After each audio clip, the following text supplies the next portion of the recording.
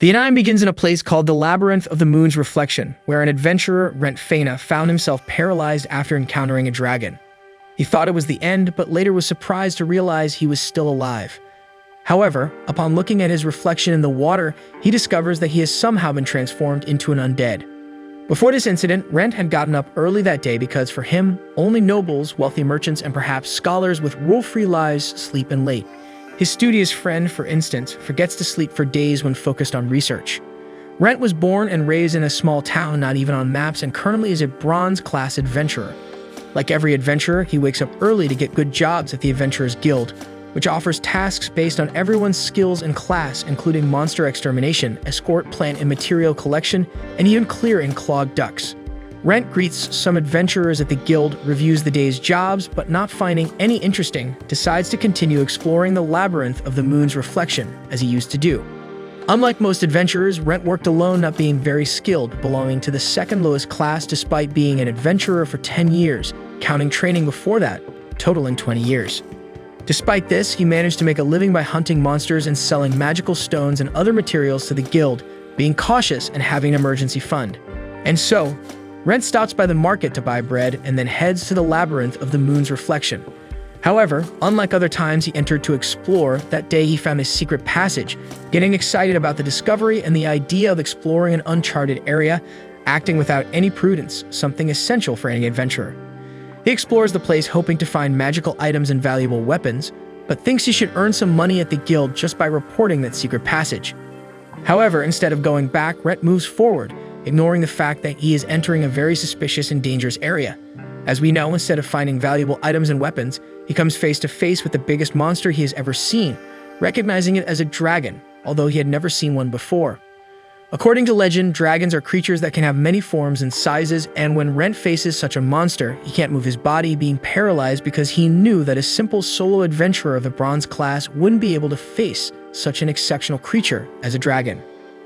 And so he becomes an undead and immortal monster, although easily destroyed by a bishop or priest through purification magic, due to being a creature that violates the divine providence that the dead should not remain in that world. Rentt wonders if that meant he had died, but since he still had consciousness and memory, he decides to keep hope and return to the city. However, upon further thought, Rentt realizes that it's a terrible idea. After all, an undead would surely be eliminated as soon as it showed up in the city, and despite already being dead, he didn't want to be destroyed. Rentt becomes desperate and unsure of what to do, but decides to stay calm and not lose his head, pondering over something that has no answer. Then he takes his sword and notices that the dragon has disappeared, but thinks it's better to leave that place anyway. And so Rentt continues through the labyrinth of the moon's reflection. These labyrinths are found all over the world and researched by scholars wanting to explain their mysteries because no one knows for sure where they came from and how they work, knowing only that there are various ones of different sizes and are places where magical items and hidden treasures can be found, as well as monsters that appear everywhere. Rentt noticed that the place was empty and deduced it was because the other adventurers must be in the labyrinth of the new moon, which pays more than the labyrinth of the lunar reflection. So he thought he just needed to wait for a few days for another lonely adventurer like him to appear with whom he could converse. However, with this, Rentt realized that being a skeleton, he couldn't speak at all. At that moment, another undead appeared, but it was just a monster like any other. So Rentt prepared to face the creature, but he realized that due to the lack of muscles, he was much weaker and would lose even to an ordinary person. Because of this, Rentt decided to face the skeleton carefully, but when he raised his sword, he fell, discovering that in that form he couldn't even lift his weapon. Rentt became desperate seeing the skeleton approach him, but fortunately, the creature fell on its own and lost a leg. The adventurer watched the skeleton trying to fit its leg back in place and thought that obviously a skeletal undead with only bones couldn't use sword techniques. This reminded Rentt that all living beings could use life energy to gain strength. He then activated his spiritual energy, finding out that he could use it even in that form, gaining enough strength to use his sword, returning to the fight just in time for the skeleton to fit its leg. And so Rentt easily defeated his opponent with a sword strike. Suddenly, a light appeared, illuminating the adventurer and the skeleton, and he realized he was recovering the spiritual energy he had just used. This reminded Rentt of a conversation he had with his friend. She said that monsters have a mysterious characteristic and that with time and experience they grow even more. The adventurer observed that humans also evolve as they gain experience, But his friend clarified that the scale is different, giving an example of a skeleton that in rare occasions can become ghouls, a process called existential evolution, one of the subjects she usually studies. Ghouls are also undead, with the difference that they have flesh and are more similar to humans, making Rentt think that with a cloak and a mask to hide his new form, he could possibly return to the city. And so Rentt sets a new goal, to become a ghoul, for which he needed to defeat monsters in the labyrinth until achieving existential evolution. Meanwhile, his researcher friend gives up waiting for Rentt and decides to make dinner alone. The adventurer continues defeating skeletons in the labyrinth, improving his mobility with the light, which he deduces has a healing effect, allowing him to use his spiritual energy in every fight. Then Rentt decides to try facing a slightly stronger monster. After searching a bit, he finds a slime, a creature weak like skeletons, but not to be underestimated because physical attacks are less effective against amorphous and liquid monsters, like it easier to defeat with magic. However, he doesn't have enough skill to use attack magic, so the most he can do is use utility magic to create fire. That means Rentt has to defeat the slime only with physical attacks. For this, there are two options: hit the creature's core or shred its liquid form to the point where it can't regenerate. However, he neither has the strength nor the skill for that, leaving only the option to spend his reserve of spiritual energy once a day, making the small slime almost like an archenemy for Rentt. The monster tries to attack, but the undead dodges, and luckily, Rentt hits its core on the first strike. Then he takes the magic stone and collects the slime's liquid in a flask because the monster can release an acidic bomb. However, after they are defeated, the acid disappears from their bodies and the liquid leaves the skin smooth, making the content usable for cosmetics. Rentt gathered all the liquid using various vials he carried with him and thought that everyone should pay for a few days at the inn. The next day, a girl named Sheila, who worked at the Adventurers Guild, carried out her duties as usual. A teammate asked if the new adventurer who had come by had managed to find a group because, based on the recommendation letter, she didn't seem to have much real experience despite being skilled with a sword. Sheila explained that there were no good openings for the girl, so she thought of asking for Rentt's help. However, since he didn't show up, she told the novice that she would introduce her to a considerate veteran if she waited for a few days. But as the girl mentioned needing money, Sheila informed her about the Labyrinth of the lunar reflection. The man thinks Sheila did well because, being skilled with a sword, the girl should manage well in the labyrinth, even as a novice. Sheila cautioned her not to overdo it. Her teammate found it strange that Rentt hadn't shown up and asked if he had taken any long-term jobs. Sheila denied it, explaining that there was nothing that would make the adventurer leave Malt. Meanwhile, Rentt noticed that he no longer felt the desire to eat or sleep, which made sense as he was now undead, and attempting to eat would only result in the food falling to the ground. He observed that despite facing many monsters, existential evolution takes time. Although his abilities had decreased when he transformed into a skeleton, he was almost back to his previous level, thanks to the defeated monsters. Rentt discovered that, in addition to his spiritual energy, he could also use mana and divine energy, even as an undead. He used the energy on the bread he bought in the city because, besides healing wounds and illnesses, it was useful for purifying water and slowing down the decay of food, allowing the bread to last for at least 3 more days. Hoping that after this time he would have a body that needed nourishment, Rentt decided to focus on achieving existential evolution by defeating monsters gradually and safely. He could handle up to 2 at the same time, but a group of 3 would complicate things, and if there were 4, he would have to flee.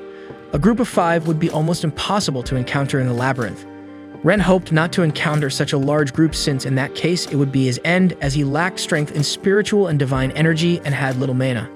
Despite not being naturally inclined to be an adventurer, he didn't give up, unlike most people who tend to leave the adventurer's life after a few years and return to the village for fieldwork or other tasks. Rentt trained hard every day, studied magic and monsters with his friend, and accepted any job, no matter how small, believing he would achieve his dream as long as he survived. 10 years later, he was still far from becoming a mithril-class adventurer, a class that had saved nations and surpassed gold and platinum levels, even eluding those with innate talent. Nevertheless, Rentt refused to give up on his dream, even though he had become a skeleton. So he faced the labyrinth monsters again, realizing he was stronger than when he was human. He encountered a slime, dodging its attacks and easily hitting its core, reinforcing his belief that he was getting stronger.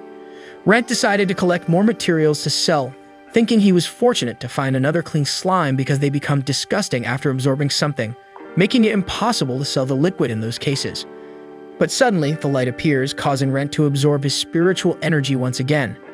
However, unlike the previous times, he begins to feel something strange, and before he knows it, he was gaining flesh.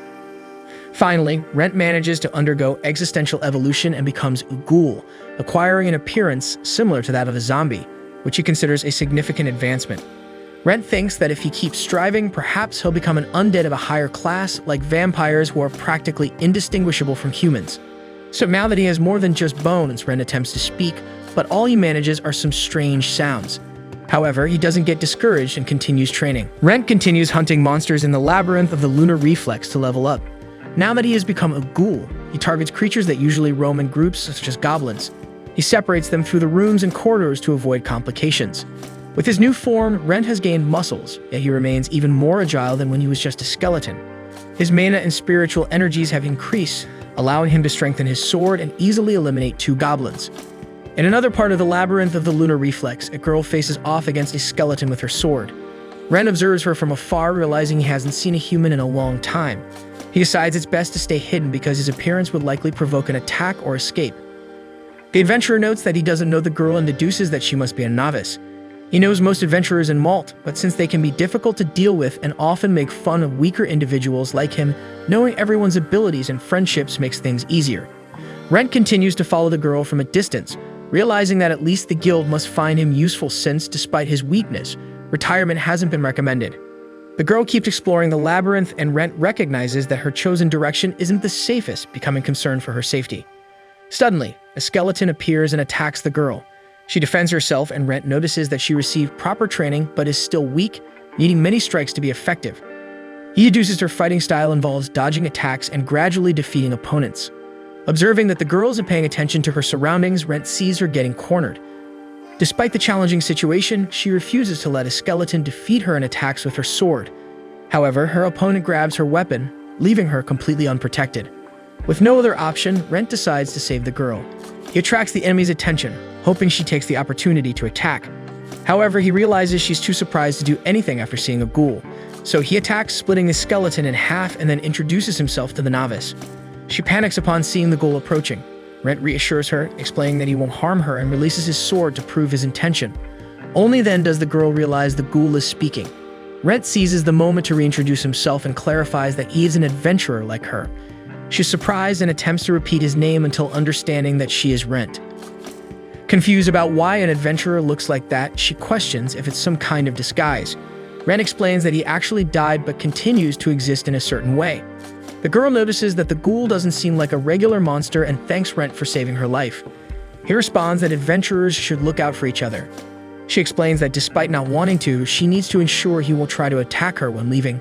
Rentt makes it clear that he has no intention of harming her, but explains that he needs help.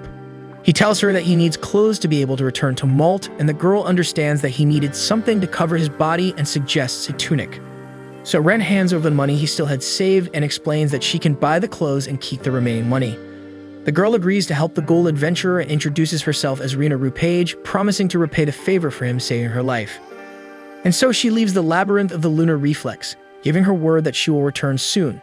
But Rentt notices that the girl was still very attentive to him, as an adventurer should act in the presence of a ghoul, and that anyone would report a strange monster like him to the guild as soon as possible.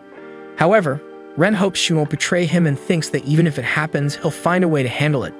After leaving the labyrinth, Rena goes to the guild where she meets Sheila, who is relieved to see the newcomer, explaining that she was worried when she didn't return after sunset. Rena says that a lot happened and that she has a question to ask her, but it's not revealed what the girl asked. Later, Rentt faces another slime and realizes again how much stronger he is now than when he was human, easily hitting a monster's core. He observes that his vision also seemed better, but deduces that it would be combat intuition, something not learned through training or study. The adventurer wonders if that's how the victorious see the world and reflects that it was necessary to become a ghoul to achieve this power. At that moment, Rentt hears someone calling him and realizes that indeed Rena has returned with the clothes as promised. He appears, and the girl is worried that he might be another ghoul, but the adventurer explains that ghouls don't appear in the early levels. She is relieved and notes that Rentt has improved his way of speaking, and he explains that he has been practicing. Then Rena shows that she bought the clothes and brought his change. Rentt approaches, but this puts the girl on alert. She realizes what she did and apologizes for still being scared, asking for a little more time to get used to his appearance. Rentt understands the situation and says he'll just look at the clothes. In doing so, he is impressed with what she brought. Rena chose a simple colored tunic to not stand out and that covers the whole body, similar to what mages usually wear. The girl is happy that Rentt liked it and mentions that she brought other things she thought would be useful for him, explaining that as she recently arrived in Malt, she had to ask someone from the guild to introduce her to the store's items. Next, Rena shows that she bought gloves and boots so that he could cover his hands and legs. Rentt is touched by her kindness, feeling like he could cry, but physically it's not something possible for his current body. Then he tries on the clothes and notices that it's easier to move than he thought, losing only a bit of visibility, but nothing that would prevent him from hunting 1 or 2 monsters. Rena comments that Rentt looks much more imposing that way, almost like a wight, and shows his reflection through a small mirror.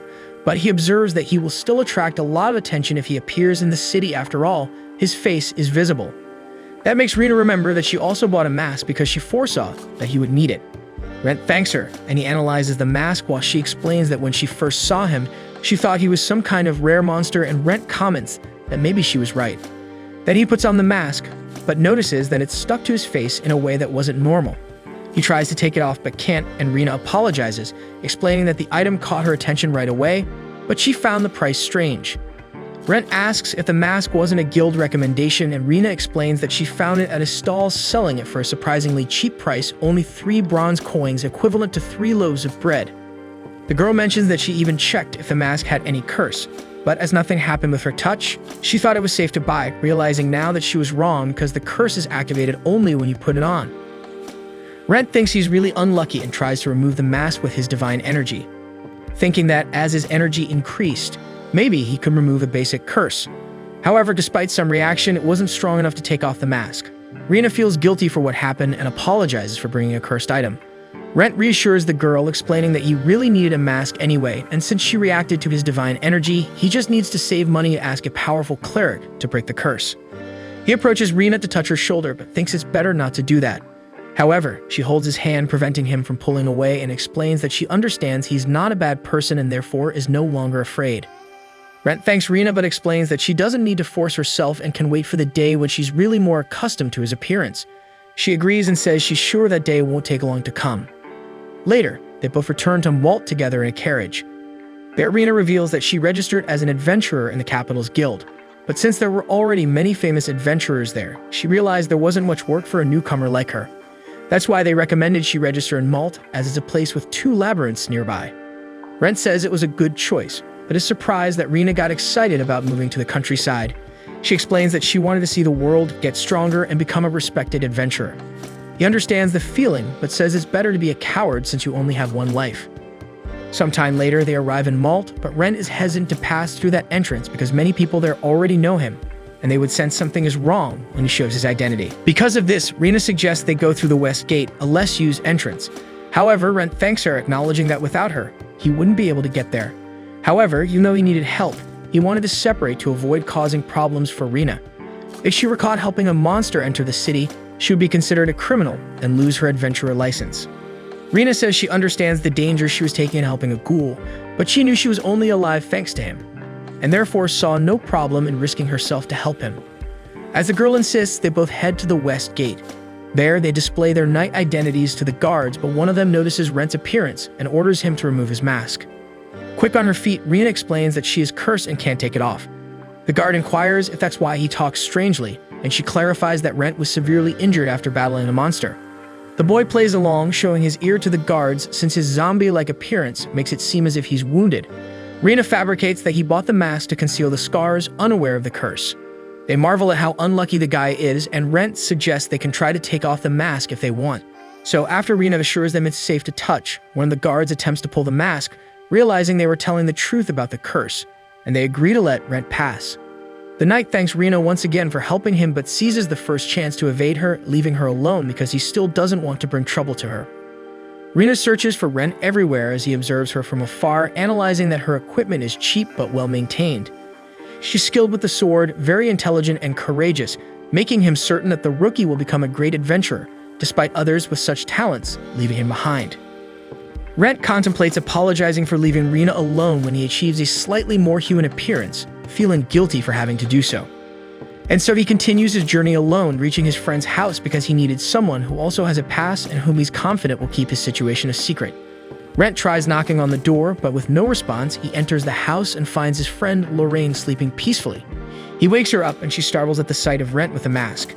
He He then removes his glove to reveal his ghoul hand. Before Rentt arrived at his friend's house, Lorraine was tired from working so much while waiting for him. She knew it was futile to search for the adventurer alone and thought about asking the guild to conduct a search. Soon, Lorraine heard someone knocking on the door and recognized that the knocking pattern belonged to her friend. This reassured Lorraine, and she decided to lie down to sleep, knowing that Rentt could enter on his own. She understood that something had likely happened to him, but she thought the crucial thing was that he was alive. After all, she couldn't have imagined that Rentt had died and become an undead.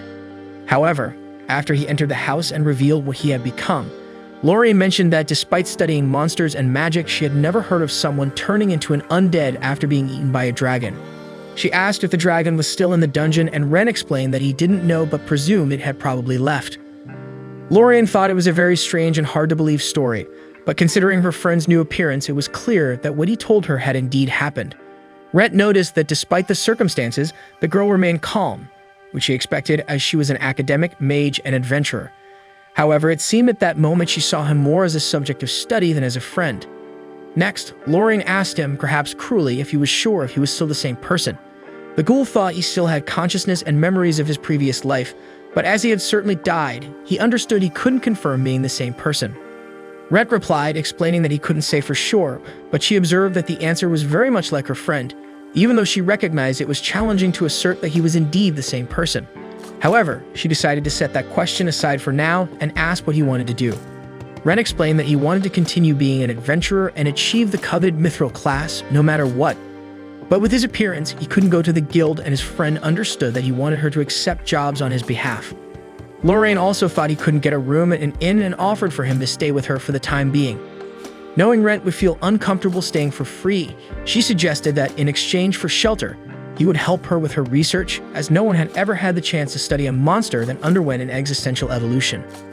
Rentt accepted the payment method as long as he wasn't dissected. Lorraine asked what kind of monster he thought she was, but then suggested she might need a bit of his skin and flesh.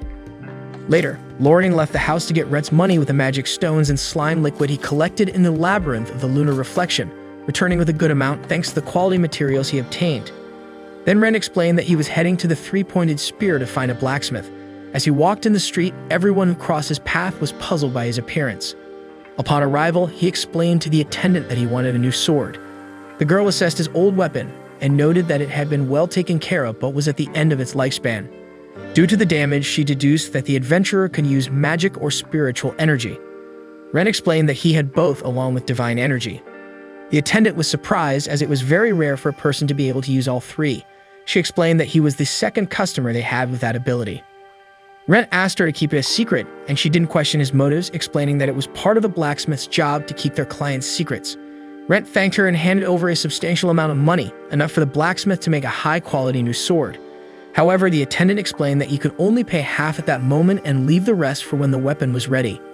Next, she explained that Rentt would have to be patient because the blacksmith took pride in his work, so it would probably take a few days to make a new sword, and the blacksmith would likely want to talk to him a few times during that time. Rentt said that wouldn't be a problem because when the blacksmith wanted to talk to him, he could contact Lorraine. Meanwhile, Lorraine was at home researching everything she knew about ghouls, undead creatures with strong physical abilities that can survive even decapitation. Her books also mentioned that they prefer the flesh of animals, especially humans, and are usually found in labyrinths. Some theories say they are born from human corpses, and other records of powerful monsters turning humans into lesser undead exist. But unlike Rentt, in those cases, the victims lose their personalities and any human will or emotion. In other words, Rentt is an extremely special case that has never been recorded before. Lorraine remembered when she had just accepted a job at the guild, and an adventurer asked her to let Rentt, who was just a novice at the time, accompany her during a job in the Blue Forest as a way for him to gain some experience. She recalled that at that time, the world was quite dull for her, even though she was the youngest to achieve the title of Grand Doctor, allowing her to register as a silver-class adventurer. After receiving that title, Lorraine went to the nation of Yarlin without saying a word to the people around her. For some, she said she was there just to collect some herbs, but the truth was she simply had nothing else to do. Even without a life goal, she agreed to help Rentt and went to do her harvest with him. After some time searching, she found the plant she wanted and thought she should be careful to harvest the roots along with it. After that, she asks Rentt to bring his backpack to store the plant. He does that, and the girl is startled to see that Rentt had already harvested several plants, while she had only collected one. She observes that the adventurer, despite being a novice, knew he needed to gather the plants along with the roots. At that moment, Rentt spots a goblin watching them. The creature prepares to shoot, and he steps in front to protect Lorraine, instructing her to use magic on the goblin. She does so, and Rentt thinks that someone from the silver class possesses a different level of magic, but the girl disagrees, saying there was nothing special about her attack. Next, he hands a cup of water to the girl and asks if that was her first battle. Lorraine says no, but explains that she always has other companions or guards around. Then she realizes that she wasn't helping the newcomer. It was the other way around. Rentt explains that she didn't seem very experienced for someone of her class, and that's why everyone was concerned about her going to the Blue Forest alone, prompting them to ask him to accompany her as a precaution. Lorraine observes that Rentt knows a lot about herbs, and he explains that someone once told him that to be an adventurer, one needed to know how to read and write as well as study plants, monsters, and other relevant topics. The girl then notices that she doesn't know the newcomer's name yet, and Rentt introduces himself. Lorraine does the same and asks him to teach her what he knows, noting that he must have some tricks, as he not only understands herbs and monsters, but also knows how to navigate the forest. And so their friendship begins. Over the next 10 years, Rentt continues to strive every day to reach the mithril class, while Lorraine stays by his side, pursuing her beloved research. However, Lorraine realizes that she has changed a bit since then, and that she now understands that the adults were just worried about her. She recalls that she hasn't been responding to their letters and doesn't even know where she stored them. Back to Rentt, he thanks the attendant and the blacksmith Clope, who promises to make a good weapon for him. The girl hands a sword to the adventurer to use while his is being prepared, and Clope explains that it can harness magic and spiritual energy, but advises against using other abilities. Rentt thanks both of them and leaves, and they notice that the adventurer clearly has some troubles but didn't want to ask for help. Clope speculates it might be due to a curse, leading him to think that Rentt will cause trouble for others. Later, Rentt cooks for his friend, who is extremely grateful for the dinner. However, she asks if he isn't going to eat as well, and he explains that he doesn't feel hungry in his new form. Lorraine then explains that during the time Rentt was away, she reviewed all her books about ghouls, realizing that he is different from the others, likely related to his ability to evolve. This leads her to wonder what he will become in the next evolution, and Rentt explains that his goal is to become as close to a human as possible, defeating monsters to grow stronger until his next existential evolution. And so he returns to the moonlit labyrinth, where he encounters a man being attacked by a slime. Rentt saves him and notices a scratch on the man. After saving his life, Rentt continues his journey because no adventurer is obligated to help others in dire situations, and some people pretend to be in trouble to rob the adventurers who come to their aid. But such occurrences are rare in Malt. However, the man follows Rentt and asks to join his group.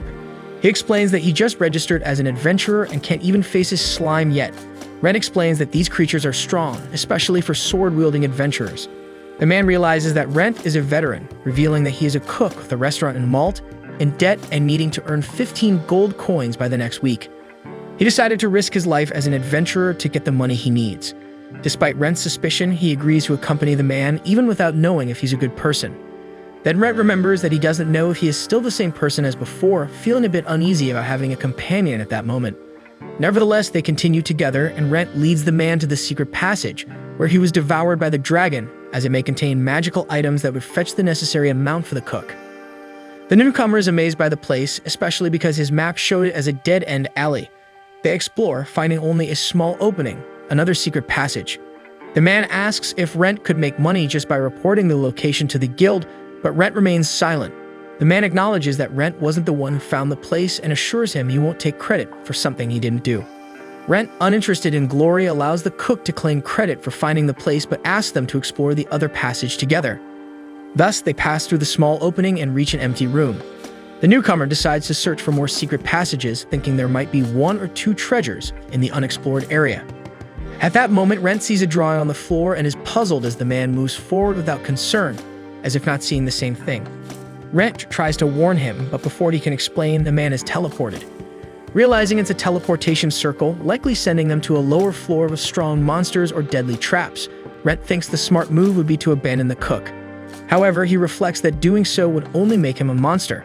So Rentt steps onto the teleportation circle, and after being transported, he sees the newcomer lying on the ground.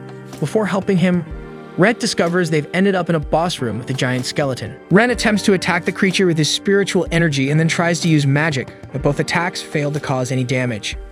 He notices that the exit has also disappeared, being one of the rooms he can't escape without defeating the boss. However, he is still an adventurer who couldn't give up on a fight, especially since it was the only way to save his life and that of the novice. So Rentt uses his divine energy, unsure if his sword will hold up, as Clope had advised against using anything other than magic and spiritual energy with it. Fortunately, the sword holds, and he manages to knock the giant skeleton to the ground. The adventurer then rushes on top of the creature to deliver the final blow, eliminating the boss from the room with just 2 strikes. Afterward, Rentt treats the guy's wound with his healing magic, providing only a bit of relief as he can only heal superficial injuries. The guy is surprised to see Rentt defeat the giant skeleton and finds the adventurer incredible, considering it was a very powerful monster. Rentt then reveals that with the victory, he obtained a valuable magic stone and offers it to the man to pay off his debts. He is surprised by this help, but Rentt explains that it won't be for free. The novice says he doesn't understand how he could help an experienced adventurer like him. Rentt then shows a small part of his arm, explaining that he acquired that appearance after being defeated by a monster. Now he can't enter the guild or shops, so he needs someone to do that for him. The man agrees but mentions that it doesn't seem like a fair deal for Rentt, as it's a straightforward task. However, the adventurer explains that he also wants to eat and drink for free at the guy's restaurant whenever he wants. The cook agrees and is grateful to have received the help he needed to pay his debts in exchange for something so simple. He tells Rentt that he can eat there whenever he wishes. Next, the two prepare to leave. However, since the novice still can't see any exit, Rentt points in the direction they should go, realizing that the novice really can't see the magic teleportation circles. Even without seeing, the guy trusts Rentt and goes to the indicated location, being transported back to where they came from. Then Rentt also goes, thinking he'll have to explore the labyrinth another time. And so the two return to Malt, and the guy takes Rentt to his restaurant called the Red Dragon Tavern. The adventurer notices that the place is well presented and thinks that the reason for bankruptcy must be the taste of the food. At that moment, the cook's wife appears and is relieved to see that her husband is well. However, she becomes worried when she sees he is injured. The guy reassures the girl and explains that he's fine thanks to the adventurer who saved his life and healed him. Later, he shows that he also got the amount he needed to pay his debt with the magic stone he received. However, this worries his wife, as it seems suspicious for someone to help them in this way, and if they were deceived, they wouldn't be able to pay anything else. The guy explains that the adventurer is a good person and decided to help him when he learned about his debt. In return, he will assist with some things. The girl thinks her husband will have to do dangerous things, but he explains it will be simple tasks, including allowing the adventurer to eat for free in the restaurant.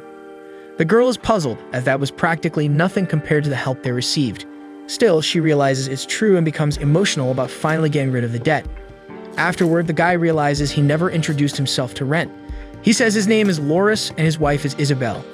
Then they thank the adventurer for all the help, and Rentt says his goodbyes. Loris asks to at least know the name of the person who saved his life.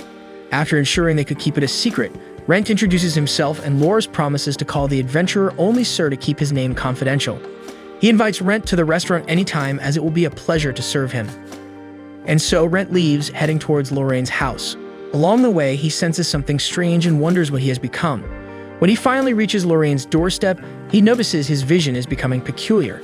Upon entering the house, his friend asks about his labyrinth adventure, and if he remembers where she left the letters she received from the Empire, as not responding would lead to the door being broken down soon. As the girl looks at Rentt, she senses something is wrong, but he assures her he's fine and hugs her. Lorraine is puzzled and wonders if he's drunk, but then realizes it would make sense since he's undead. Suddenly, Rentt loses control completely and attacks his friend, biting her shoulder. She immediately steps back and asks if Rentt is still there somewhere. Then she notices his eyes reacting to her call and uses magic to make him unconscious. After some time, he wakes up, and after Lorraine ensures Rentt is in control, he apologizes for what happened. She says it's okay, just an unpleasant accident, and asks how much he remembers. Rentt explains that he remembers meeting a man in the labyrinth and finding him delicious. Gradually, this desire drove him crazy to the point where he couldn't contain himself when he saw her. Lorraine explains that she had anticipated something like this might happen since ghouls prefer human flesh. She then asks him to rest, as she had to use magic to subdue him. Before leaving Rentt alone, he asks to see her wound. The girl shows the injury, explaining she had just sold her potions to the magic pharmacy, but in the morning, she'll gather more ingredients to make a healing potion. However, Rentt decides to take care of it himself with his divine magic. Lorraine comments that she had never been healed this way before, noticing that divine magic causes a pleasant sensation. After some time, the pain fades, leaving only a mark, but Rentt continues healing until there is nothing left, as if she had never been injured, leaving the girl surprised by the result. After healing his friend, Rentt observes that he has improved in appearance, as if his body is only filled with old wounds. At this moment, he realizes that his mask has also changed shape, now covering only his eyes. Rentt thinks he needs to hide his mouth, and immediately the mask covers the lower part of his face, leaving the upper part uncovered. Lorraine notices that the mask, in addition to being cursed, also responds to the wearer's desires. Rentt tests it, realizing his friend was right, and she explains that it's rare, but she has heard of magic swords with a will of their own. This makes Lorraine think that if the mask follows the wearer's desires, perhaps it can be removed. Rentt tests it, wishing it to come off, and Lorraine also tries to force it off, but the mask remains firmly attached to his body.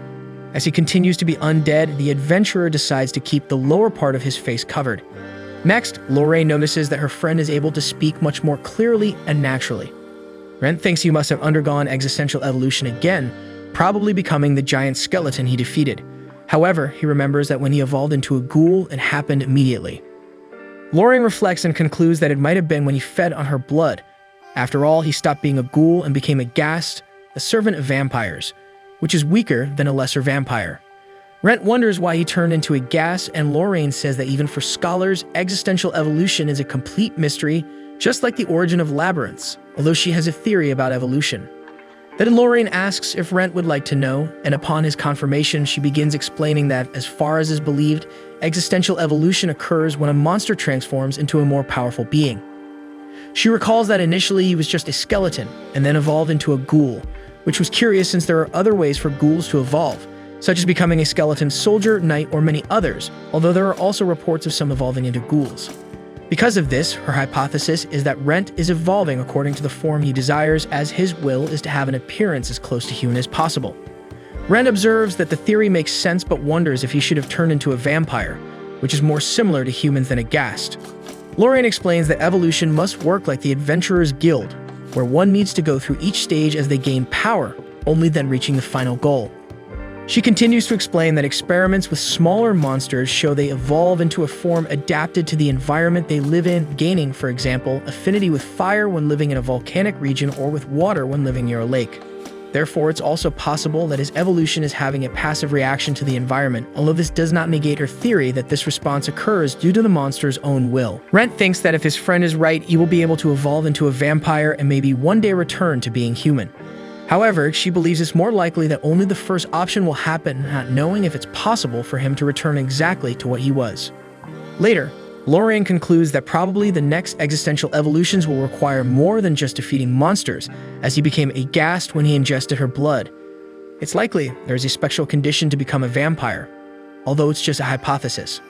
Regardless, Rentt will have to go through a long journey to reach his goal, and she promises to be there to help him in any way possible. Rentt thanks his friend, but she then switches to researcher mode and decides to conduct experiments on him, such as using magic to photograph his body for records and cutting a piece of his skin for various tests, as well as testing his sleep and appetite, now that he's in a new form. Rentt is concerned about the idea of undergoing so many experiments, but Lorraine understands that he was quite tired, deciding to leave the tests for the next day. So the next day, Rentt gets up early to train while his friend continues to rest. He realizes that the strange impulse he felt the day before has disappeared, and he has returned to acting normally. At this moment, Rentt realizes that he has worn out his sword faster than he should have while facing the giant skeleton, and it's not possible to take the weapon into the labyrinth in that state. Therefore, he returns to the blacksmith cloak shop to explain that he will need the sword he ordered as soon as possible. The man doesn't like seeing the state Rentt left his sword in, and the adventurer confesses that he strengthened it with divine magic.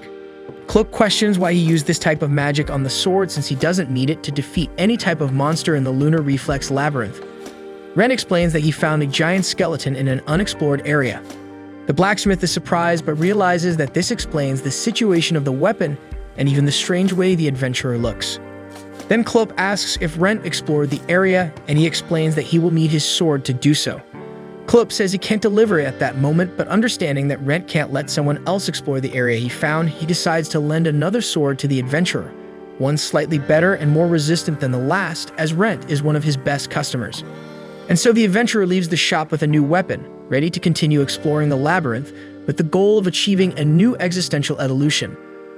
Along the way, he encounters Loris and Isabel, who are buying various foods to return to work at the Red Dragon Tavern. Later on, Rentt is going to carry out the experiments he promised his friend. Lorraine explains that a significant part of nature is poisonous, ranging from nausea to paralysis. However, by mixing substances, a new poison is created that can even eliminate a brown bear. Rentt starts to fear the girl's alchemy, becoming concerned about whether it was really safe for him to drink the mixture she prepared. After consuming the poison, Lorraine asks if Rentt needs an antidote spell, but he explains that he is fine and just found the taste of the contents horrible. Then his friend comments that perhaps he is the first person in history to ingest poison and survive just to complain about the flavor. She observes that apparently no poison affects Rentt, although herbs and healing potions work for some reason, making his body quite favorable to them. Next, Lorraine notes in her observations that despite evolving into a ghast, he hardly feels the need to sleep. Then she inquires about his appetite, and Rentt explains that he craves the flesh and blood of humans, albeit in a small and controlled amount. Because of this, the girl hands him a flask.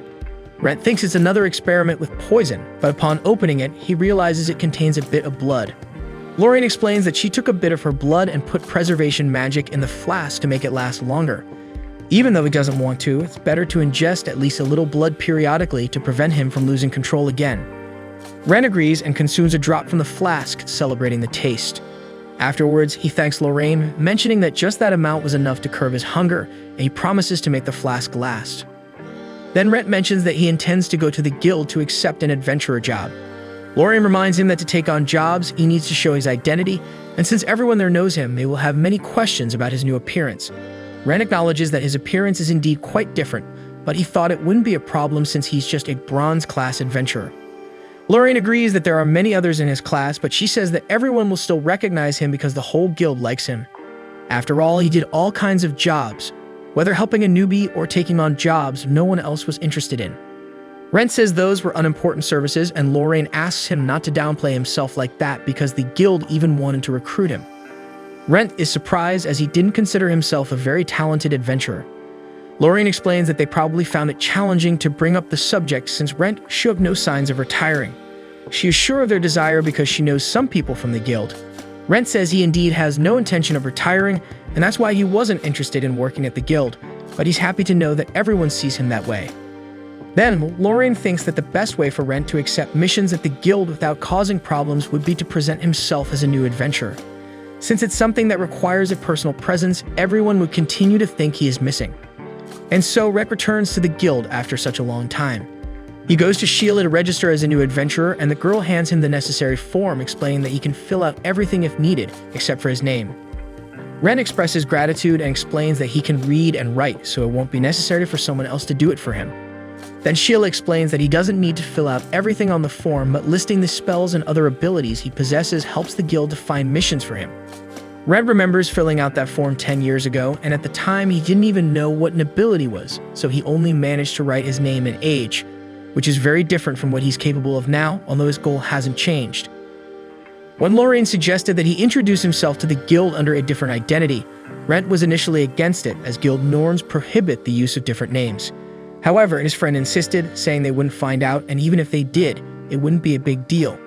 Besides, Rentt didn't have another choice since everyone would ask many questions upon seeing his new appearance, unlike a newcomer who wouldn't attract attention, no matter how strange. With that, Rentt admitted that Lorraine was right, and despite meaning he would lose his achievements and start over in the Iron class, he didn't mind. After all, his goal remains to reach the Mithril class.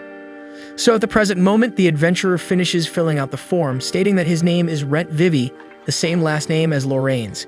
He hands it to Sheila, who is startled to see her name and apologizes for her reaction, explaining that another adventurer with that same name is missing. Rentt notices the concern in the girl's eyes, wondering why she's worried about someone like him, but recognizes that they've known each other for a long time. Then he asks if this missing person is named Rentt Faina and invents that Lorraine, his relative, mentioned his disappearance to him. The adventurer mentions that he's living with Lorraine, and Sheila remembers hearing that a man with an unusual appearance was seen coming and going from her house and becomes sad when she realizes it was Vivi because as Lorraine was very close to Rentt Faina, she thought it could be him. Then Sheila confirms the paperwork and asks for a minute to register him in the guild. So Rentt waits while reflecting that he did the right thing by pretending to be a relative of Lorraine's because he doesn't want people to invent strange rumors about her. After all, she's a young girl living with a man. As for his name, it was possible to keep it since it's common in all countries. Afterward, he observes that his appearance doesn't attract anyone's attention since it's not uncommon to find adventurers with that look when Sheila returns and hands him his registration as an Iron class adventurer. And so Rentt returns to the Labyrinth of the Lunar Reflex and hears two adventurers fighting a goblin. He realizes from their voices that they were young, probably newcomers. So Rentt goes to them and watches from afar to see if they need help. With that, he discovers a swordsman, Rise, and a healer, Laura. At that moment, a slime appears, but they show they work well as a team. Because of this, Rentt decides to stay away, realizing that it's not necessary to help the two because although he used to guide newcomers, he would only scare the boys with his appearance. And so, Rentt decides to go to the secret passage he discovered before someone else finds it too. After all, giving valuable information to the guild is worth money, especially about newly discovered areas, which means a great achievement for Rentt Vivi. Then he explores the place and uses one of the teleportation circles, which takes him to a room different from the others in the labyrinth. Rentt finds it strange that the environment has things like books and a teddy bear, and upon closer analysis, he finds a bed with a skeleton that seemed to be human, leading him to conclude that someone was living inside the labyrinth. At that moment, a girl appears and asks what he was doing in that room. Rentt observes that she seems dangerous and explains that he's just investigating the area to see if he finds anything because he's an adventurer. However, this makes the woman consider him a thief. She says she can't forgive the disturbance of that place and uses magic that hurls Rentt with full force against the wall, making him think that this might be the end. But with the attack, his clothes are destroyed, revealing his ghastly body. The girl notices his appearance, decides not to attack, and comments that it explains how Rentt got there. She then says there was a misunderstanding on her part and apologizes for burning his clothes, surprising Rentt since she didn't just destroy his attire but tried to kill him. As a way of making amends, she hands him a cloak she was wearing, saying it's better than his clothes. The girl explains that the room is special to her, and although no one can enter without being accompanied by him, the guy must keep the place a secret, including from the guild. Later, the girl notes that as an adventurer, Rentt wouldn't want to return home empty-handed, so she gives him an Acacia map, a magical item that automatically traces the places its owner has been. And thus, she finalizes the agreement for Rentt to keep the room a secret, and with her magic, sends him back to the labyrinth entrance. After that encounter, Rentt returns to Lorraine's house and recounts what happened. The girl wonders if her friend is under the influence of some potion to attract so many strange events, but notes that it's a common thing for adventurers. She then explains that the map Rentt received didn't show any sign of being cursed, although she has no idea how to use it, as the item didn't react to her magic, deducing that maybe it might have some reaction with its owner. Rentt tries using the map, and magically a drawing of the moonlight maze appears. Lorraine is impressed with the magical item and observes two arrows moving on it. Rentt places his finger near them, and the names of the adventurers he saw earlier in the labyrinth appear. With that, Lorraine and Rentt realize that the map shows not only the labyrinth, but also the current location of adventurers, along with their names, making it one of the most valuable magical items in the country. Rentt tries to make the map show another place. He thinks of the new moon maze, and instantly the drawing changes, leaving the adventurer impressed. Although he knew the map wasn't complete, as it only shows places the owner has explored, not revealing any areas he doesn't know. After that, Rentt asks Lorraine to check if the cloak has any curses, but she explains it's unnecessary because if there was anything, it would have been activated right after he put it on. Lorraine comments that she noticed the cloak is of high quality, as it possesses an extremely strong magical resistance at a level no blade can penetrate, making it better than ordinary armor. This leads the girl to wonder who the woman giving those things to Rentt is. Her friend mentions that she showed herself to be extremely powerful, having a strength level above gold-class adventurers. Then Lorraine says she wasn't only intrigued by the woman, but also by the room because that place signifies someone has the ability to create living spaces within the labyrinth. Rentt then comments that he's planning on returning to the room. After all, the woman told him not to tell the guild about the place, but she didn't mention anything about him not being able to come back. Lorraine says that's what he wanted to understand because clearly she wants to be left alone. Nevertheless, the next day, Rentt returns to the labyrinth. He reflects that he found that new area where he stumbled upon a dragon and became an undead, which led him to pick up a cursed mask. Rentt thinks that most people would feel sorry for his situation. These things allowed him to face powerful enemies as well as uncover some mysteries, which led him to become stronger, something necessary for a mithril-class adventurer. Rentt heads towards the woman's room, but upon arriving at the secret passage, he realizes that the entrance had disappeared, which means she doesn't want him to come back. At the guild, Sheila talks to another adventurer who is also worried about Rentt's disappearance, and they both hope he's traveling or something like that. Everyone was very concerned about Rentt. After all, he taught most of them how to be adventurers, just like Sheila learned to be a true guild employee thanks to his help. She remembers how the guy devoted himself to the maximum to achieve his goal of reaching the mithril class when suddenly, Rentt appears in front of her, making her startle at being caught off guard by his bizarre appearance. He explains that he wants to accept a job he saw involving 3 orcs. Sheila explains that that task is not recommended for an Iron-class adventurer because orcs are very strong creatures, requiring at least Bronze-class to handle facing a trio. Then Rentt explains that he knows their strength and tells her that despite his class, he has already faced several orcs. This makes the girl a little more at ease and entrusts the job to him. But she asks the newcomer not to do anything risky and to run away if the situation becomes dangerous.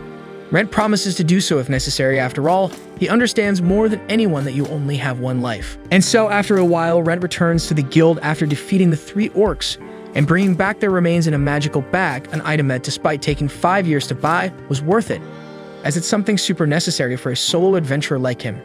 Sheila praises Rentt's work for having stored and preserved the 3 orcs in a way that will surely leave the client who commissioned the mission very satisfied. The other adventurers in the guild overhear the conversation and are suspicious of the newcomer. After all, defeating 3 orcs is quite something for someone of the Iron class, which makes Rentt realize that he ended up standing out more than he would have liked. Then Sheila hands him a paper and explains that she spoke with her manager so that he can try to take the promotion exam, which basically serves for adventurers to advance in class, meaning he would move up to the Bronze class. She explains that it's very rare for someone to have this opportunity so early, but Rentt has shown potential for it. And so the adventurer returns to Lorraine's house and tells her that he was invited to take the promotion exam. His friend isn't surprised by the offer after all. Rentt is quite strong. He says it's only because of his new condition, but Lorraine says he only managed it because he's capable of using that strength. Then the girl takes the opportunity to ask what name Rentt used to register at the guild, and he reveals that he used her last name, which surprises Lorraine. She asks why, and Rentt explains that pretending they're related was his way of preventing people from thinking poorly about a strange man frequenting a woman's house. Lorraine understands the reason but says he didn't need to worry about her reputation. After all, she's just a broke academic who moved to Malt because she couldn't sustain herself in the capital, so she doesn't care about people's opinions of her. Still, Rentt insists on not causing any kind of trouble for his friend. After all, Lorraine has already done a lot for him. The girl responds that, in her opinion, he has done much more for her than the opposite, since Rentt does everything in her house like cooking, washing, and cleaning, but the guy remembers that he's only human thanks to her, which means his debt is greater. So Lorraine says that now that they are relatives, Rentt can stay at her house for as long as he wants. After all, it's not strange for family members to ask for that kind of favor. Sometime later, Rentt goes to the Adventurer Guild very early to take his promotion exam to the Bronze class. Sheila is surprised to see him because she thought the newcomer would wait for the next exam to have more time to study, and Rentt explains that he would have to wait many months and didn't want to waste time. At that moment, another adventurer arrives at the guild Drowsy, right on the exam's starting time, and Rentt thinks he'll probably lose points for that since an adventurer who doesn't arrive on time isn't reliable. And so the examiner explains that the exam to move from the Iron class to the Bronze class starts with a test, where the participants' knowledge of the guild rules and monster loot handling will be tested, and then those who pass the first stage go to the practical part. Rentt knew that this second stage worked differently each time, with the last one he participated in being about herb collection when he became a Bronze class adventurer. After the examiner gives the instructions, Rentt and the other participants proceed to take the written exam, where he notices there are more people than he originally thought. At that moment, Rentt recognizes the adventurer Laura, who we saw in the moonlight reflection maze alongside her partner, Rise, who was taking the oral exam, as it's uncommon for people in this world to know how to read and write. However, despite it being rare, Rentt was educated in the village where he was born, where he also learned about herbs because he thought he might need that knowledge to become an adventurer. So Rentt takes the exam calmly, as it's the second time he's taken the same test, and after finishing, while several adventurers comment on how difficult they found the exam, he manages to get perfect score, leaving Sheila impressed as it's extremely rare to achieve. After the first stage, Sheila explains that in the practical part, he'll have to form a group with other participants to complete a task for the guild, and Rentt ends up with Laura and Rise. The boy introduces himself as a swordsman who uses spiritual energy to enhance his fighting strength, so he requests to be in the front line. Then Laura introduces herself and explains that she's a mage with healing magic who prefers to stay in the rear guard. Next, Rentt also introduces himself and says he fights with a sword and can use both magic and spiritual power. The examiner then explains that the practical part of the exam will take place in the New Moon Maze, and the task is to reach a mark point on a map given to them, with everyone having until sunset to complete it. Additionally, although there are no restrictions on how to complete the mission, all participants will be heading to the same location, essentially making it a race, where the first group to arrive will receive a special reward commensurate with their efforts. And so the exam participants head to the New Moon Maze. At the entrance, Rise asks Rentt if he's been there before. Rentt confirms, and Rise explains that he's also been to the maze, although he only made it halfway through the first floor. Then he starts walking to enter the place, but Rentt explains that before they go in, they should buy a map because the one the guild distributed is 15 years old, too outdated to be reliable. He then walks to a tent at the entrance of the maze and asks the vendor for a map, who explains it would cost 2 silvers, and Mount Laura and Rise say they can't afford. However, Rentt says they only need a map of the first floor, so it shouldn't cost more than 5 bronze coins. The vendor agrees to sell it for that amount, realizing he can't deceive Rentt. Afterward, the trio compares the map they bought with the one they received from the guild, realizing the new one is more up-to-date and includes changes to the maze, such as recent collapses as well as the location of all traps, which would undoubtedly help them avoid wasting time. Then the vendor tells Rise and Laura that if they want to pass the exam, they should do what Rentt says. This makes Rise realize that without him, the 3 of them would have entered the maze with the outdated map, and he thanks Rentt for that. Laura then asks why the guild would provide a bad map, and Rentt explains that an adventurer should never let their guard down, and the purpose of the exam is to test if they have what it takes to be an adventurer. Rentt takes the opportunity to mention that, besides the map, the nearby carriages could have taken the participants to the wrong place. Then he tells the 2 to remember that the guild can be surprisingly ruthless. The trio enters the Labyrinth, where they encounter several skeletons, and Rentt instructs them not to let their guard down. Then Laura provides support to Rise with her magic so he can face the skeletons. Rentt observes how good they both are for their age thanks to their teamwork, where each has well-defined roles so that none strains more than the other. After defeating the skeletons, Laura asks why there are so many monsters in that place, and Rentt notices they are being drawn there by an incense. Furthermore, he realizes that just ahead, an ambush awaits them. Laura finds it strange as there are no intelligent monsters like that in the first place, but Rentt explains that they are humans, leaving her and Rise surprised to realize they will have to face people. Rentt advances cautiously, encountering the first man waiting to ambush them. Rise recalls wanting to be on the front line, so Rentt leaves his opponent to the boy and moves on to confront the rest of the ambush group, dealing with them easily. Then, Rentt watches Rise bravely face his opponent with the help of his partner, realizing they don't need assistance and merely observing the fight. And so, with another display of teamwork, the 2 manage to defeat the last of the ambush group. Next, the trio binds them, and Laura and Rise believe the group to be other exam participants who attempted to sabotage their test, given that the examiner said anything goes during that stage. Rentt explains that anything can happen in the Labyrinth, and monsters aren't the only threats, another reason adventurers should never let their guard down. With this, Rise finally agrees to follow Rentt's orders, as it's clear he's a more experienced adventurer than Laura and him. And so the 3 continue their journey, and Rentt asks a boy who was hiding to fetch his partners, who attempted the ambush, surprising him when he realizes he's been spotted. Then, after untying the group, he remarks to the others that the masked adventurers seem to know they were sent by the guild, leaving everyone wondering who this highly skilled newcomer is. Meanwhile, Sheila goes to speak with the guild master, who called her precisely to discuss Rentt Vivi, because rumors have spread about him being a criminal. Since he appeared suddenly in Malt and no one knows anything about his past apart from being a newcomer with great skills, he has become a suspect, enough for the guild not to simply ignore the accusations against him. Therefore, the man asks Sheila to keep an eye on him and report if she discovers anything. Despite disliking the task, the girl agrees. Back in the Labyrinth, the trio reaches a door leading to a boss room, one of several on that floor. Rentt mentions that it's the passage to reach their destination for the test. However, he worries about Rise and Laura, as neither of them has ever faced a boss before, which is too advanced for a pair of iron-class adventurers. As Rise refuses to admit he's scared, Rentt says that for an adventurer, it's not shameful to avoid a fight they can't win. At that moment, another group of exam participants appears, surprised not to be the first to reach the entrance of the room. They start mocking the trio, and one of them taunts Laura, making Rise angry. He shields the girl and starts arguing with the group about who would enter the room first. Then Rentt brandishes his sword, showing control of the situation, prompting the group to immediately apologize and say it's fair for the trio to go first since they arrived earlier. However, Rentt insists that they'll need to rest and, as a result, can go after them. Everyone is surprised, and the group enters the boss room while celebrating, thinking they'll secure the prize.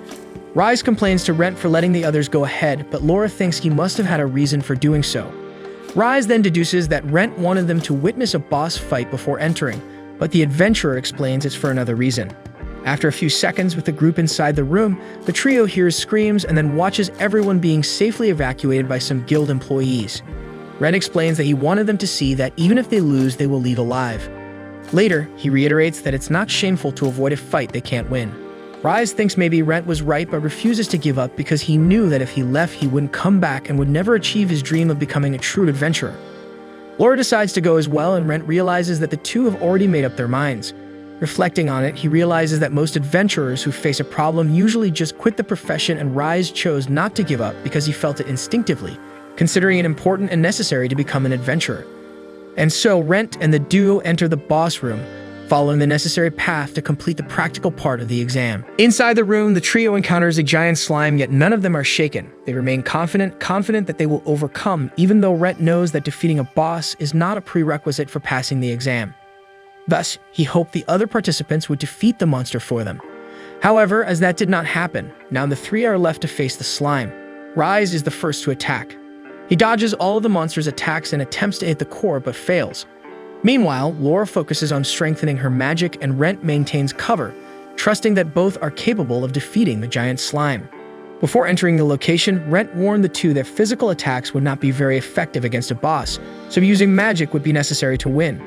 He asked Laura if she could use any strong fire magic, and the girl confirmed, explaining that it would take some time to activate. Therefore, Rentt stays by Laura's side during the fight to protect her from all the slime's attacks while she concentrates. However, the girl becomes concerned about Rise and asks Rentt to go help her friend, explaining that she will be fine alone. So at the moment when Rise is about to be attacked by the slime, Rentt protects him, and the two start attacking the monster together until Laura is finally ready to use her fire magic, launching the attack on the slime, causing it to melt. Laura is relieved to see that the plan worked, and Rentt warns them not to let their guard down and to deliver the final blow before the slime regenerates. Rise then breaks the core, completely finishing the boss of the room. Laura and Rise celebrate, while Rentt starts collecting vials to gather the slime liquid and explains to the two that the content is valuable. Even if they split it 3 ways, it will still be at least 1 silver coin per person. And so the trio collects the slime liquid when another group of participants passes by them, excited to have gotten ahead. Rise is worried to see that they have been surpassed, but Laura and Rentt remain calm because they notice that there was a trap just ahead. It is activated as soon as the group passes through it, releasing a sleep-inducing gas that puts everyone to sleep. Rentt explains that adventurers often lower their guard when they are close to the goal, although it would be no problem if that team arrived before them. Laura realizes that Rentt meant that it is not necessary to arrive first to pass the exam, as the guild did not mention anything about it, having only stated that their goal is to reach the location indicated on the map, and the first team to accomplish the task will receive a reward, a bonus. The guild made everyone believe it was a race when, in fact, it never was. That's why Rentt didn't mind letting the other groups go ahead. Rise is surprised to realize he was deceived by the guild, and Rentt explains that an adventurer's job is only to fulfill the objective before the deadline, meaning they just have to reach the designated location before sunset. Rise questions why the guild didn't make that clear, and Rentt explains that adventurers must be able to think for themselves. And so the trio finally reaches the final destination, where they find a man who says they were the first to pass the test. Laura and Rise ask if he is indeed from the guild. The man shows his identification and then hands over the proof that they successfully completed the exam, instructing the three to present the proof at the guild to officially become bronze-class adventurers.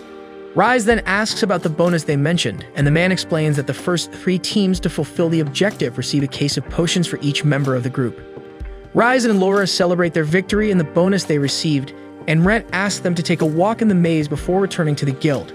So Rentt takes the two to the 2nd floor to show the duo how that place is beyond human understanding, just like all the other mazes, because inside there are mysterious things that are inexplicable, like the fact that there is sun underground. Laura recalls hearing that each floor is different from the other, but she shows she hadn't imagined anything like that, and Rentt says that is the world they are about to enter. Rise is excited to explore the place, but Rentt reminds them that the exam only ends when they return to the guild, so they can't take too long. And so the trio returns to the guild after going through several traps along the way, which makes the duo remember that Rentt warned that the guild might be bad. Upon arrival, Sheila congratulates the 3 for passing the exam, and Rise is excited to finally become a bronze-class adventurer. But what the boy didn't know is that they were being watched throughout the exam by Sheila's brother, because the exam also evaluates the type of person the participants are, as they can't promote any type of adventurer. Sheila explains that they also passed this part of the test, meaning they managed to change classes without any problem. Laura and Rise celebrate the victory and comment that they chose right when they decided to leave their cities to become adventurers. Afterward, Rentt thanks the two for taking the test with him, and the duo also thank him and say they won't forget his teachings because thanks to him, Now they finally feel like real adventurers. Laura then says she would like Rentt to join them, but she deduces that the guy wishes to continue alone because he feels their goals are different, and that's why he taught them how to fend for themselves. Rentt agrees, and Laura says that even if the three continue their separate paths, he will always be a very important companion for her and Rise. Then the two leave, leaving Rentt and Sheila alone, and he comments that he felt like a father during the exam. So Sheila takes advantage of being alone to ask Rentt a question and asks the guy to come with her, saying he's smart enough to know why. The adventurer realizes that Sheila found out he is Rentt Faina and becomes worried if the guild will want to give any kind of punishment for him using a false identity, and he explains that if that's the case, he won't return to the guild anymore.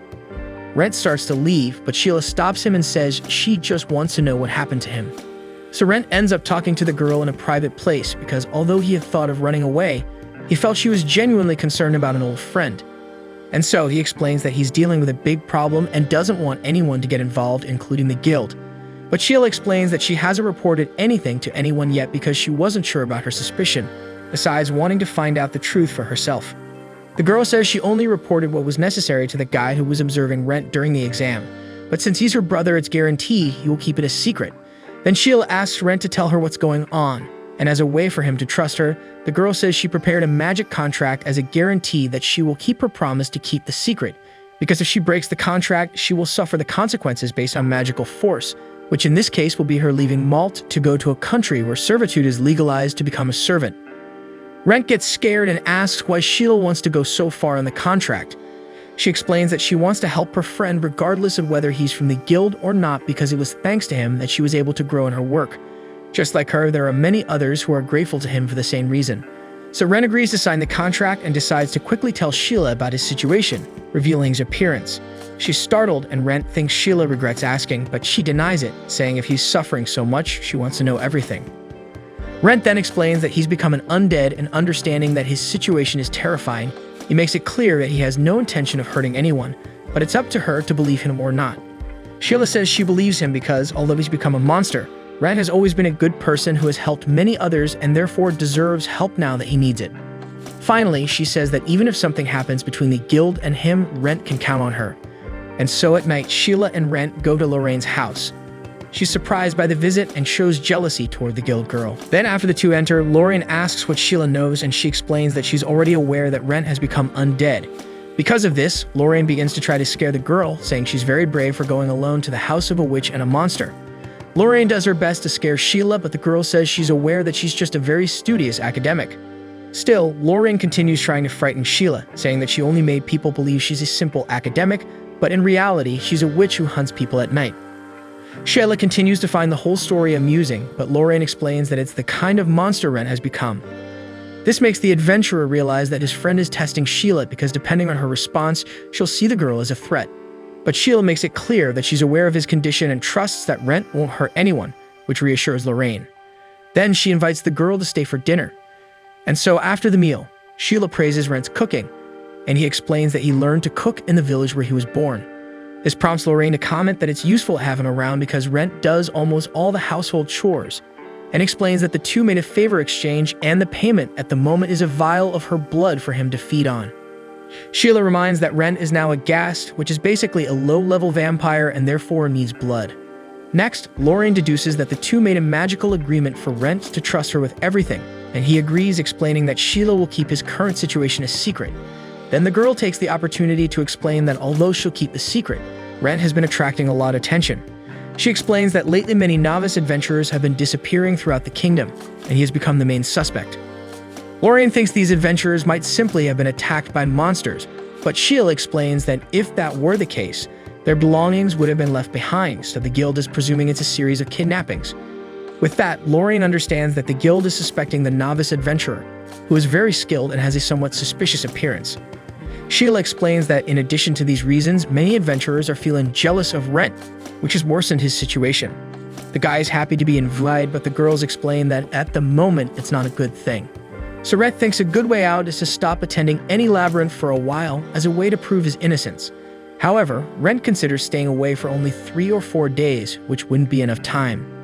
The next day, Sheila returns to her job and observes Laura and Rise, who agree to explore the second floor of the labyrinth when they are part of a group getting excited about the idea of exploring the area and facing the monsters they encounter. The guild leader then comments to Sheila that he heard that Rentt passed the exam with the two of them. The girl says that both his skills and personality are good. However, the name makes the man remember Rentt Faina and asks what happened to the adventurer who disappeared suddenly, remembering that he planned to recruit him into the guild when he wanted to retire. At that moment, Sheila sees a novice adventurer needing her help and goes to do her job. But before she leaves, she comments to her boss that the new Rentt is also a wonderful adventurer. A few days later, Rentt leaves home, leaving Lorraine still asleep. However, she wakes up to the sound of the door and wonders why he didn't stay resting, considering he can't go to the labyrinth until the kidnapping suspicion disappears. Rentt goes to the blacksmith Clope to pick up his order, which is finally ready. He tests his new sword, and Clope explains that he adjusted it to be easy to use, knowing the adventurer's preferences. As the sword is crafted to withstand mana as well as spiritual and divine energy, Rentt tests each on wooden logs. He starts with mana, delivering a powerful blow that immediately impresses Clope, acknowledging the adventurer's improved skills. Rentt, however, explains that he has more control over spiritual energy and proceeds to test divine energy, making powerful cuts in the wooden logs, leaving Clope astonished. The blacksmith notices some sprouts on the logs, speculating it's an effect of divine energy. He questions Rentt about acquiring such power, usually associated with a deity. Rentt recounts finding an abandoned shrine in his past, but never attending it for religious reasons, as he doesn't even know which deity it belonged to. Clove asks to keep the sprouts, thinking they might generate divine energy. Rentt agrees, asking to conduct more tests with his new weapon. Clope provides another wooden log and inquires if Rentt is familiar with the technique of merging mana and energy. The adventurer mentions hearing rumors, and the blacksmith explains it's a master's technique activating both simultaneously, significantly increasing the impact of the attack. However, caution is advised, as there's a risk of the person exploding while attempting a fusion. Despite knowing the risks, Rentt persists, reasoning that he probably won't lose his life with his current body even if it explodes. Recognizing Rentt's determination, Clope gives him a cheaper sword for the test, ensuring the safety of his new weapon. Rentt begins experimenting by using mana on the sword and channeling spiritual energy into his other hand. He feels immense power, challenging to control, but he exerts effort and unleashes a strike that completely destroys the wooden log, making Clope contemplate how insane it would be if Rentt combined it with his divine energy. Next, Rentt decides to perform the fusion of all three elements, believing he needs considerable power to become a Mithril-class adventurer. The resulting power is so immense that it causes the sword to crack. Rentt hurries and launches his attack before the weapon turns to dust, transforming the log into a ball.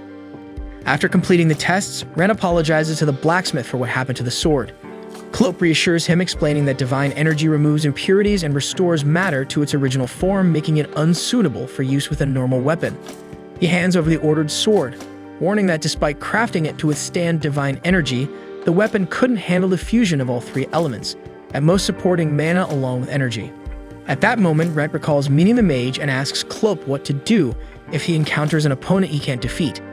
The blacksmith suggests ordering other weapons, but Rentt explains he doesn't have money for that. Thus, Rentt leaves with only one sword, settling for the fusion of mana and energy, determined to earn more money to buy quality equipment and become a Mithril-class adventurer. On the way home, Rentt encounters an adventurer arguing with a boy who wants to pay for a service not approved by the guild, suspecting trouble. Needing money, Rentt intervenes and asks the adventurer to transfer the job to him. The man hands over the payment from the boy and continues his way. Rentt then explains to the boy, Reumtis, that he doesn't promise to accept the task, but is willing to hear the story. Reumtis explains that he needs an adventurer to kill the Lake Master. Thus, Reumtis tells him and Lorraine that he came from the village of Tatsu, a few days' journey from Malt, and that it has an annual festival following an ancient story tradition where the villagers offer a beautiful maiden as a sacrifice for the Lake Master to save the village. Reumtis continues explaining that the true Lake Master recently appeared, devouring the offered maiden, and now demands more sacrifices, resulting in more girls being offered, with his sister being the next. Rentt accepts the job and sets out with the boy in a cart because he doesn't just want to exterminate a monster but to save his sister. After the journey, they reach the village of Tatsu, and Rentt notices the silence of the place. Reumtis explains that the village used to be more lively, but everything changed after the appearance of the Lake Master. Arriving at the boy's house, Rentt notices a mark on the door, indicating that this house should offer the family's daughter as a sacrifice. Since the Lake Master lives in the depths of the water, Reumtis assumes his servant, a Kelpie, leaves these marks. Rentt comments on the strength of Kelpies, and at that moment, Reumtis' sister, Amiris, opens the door.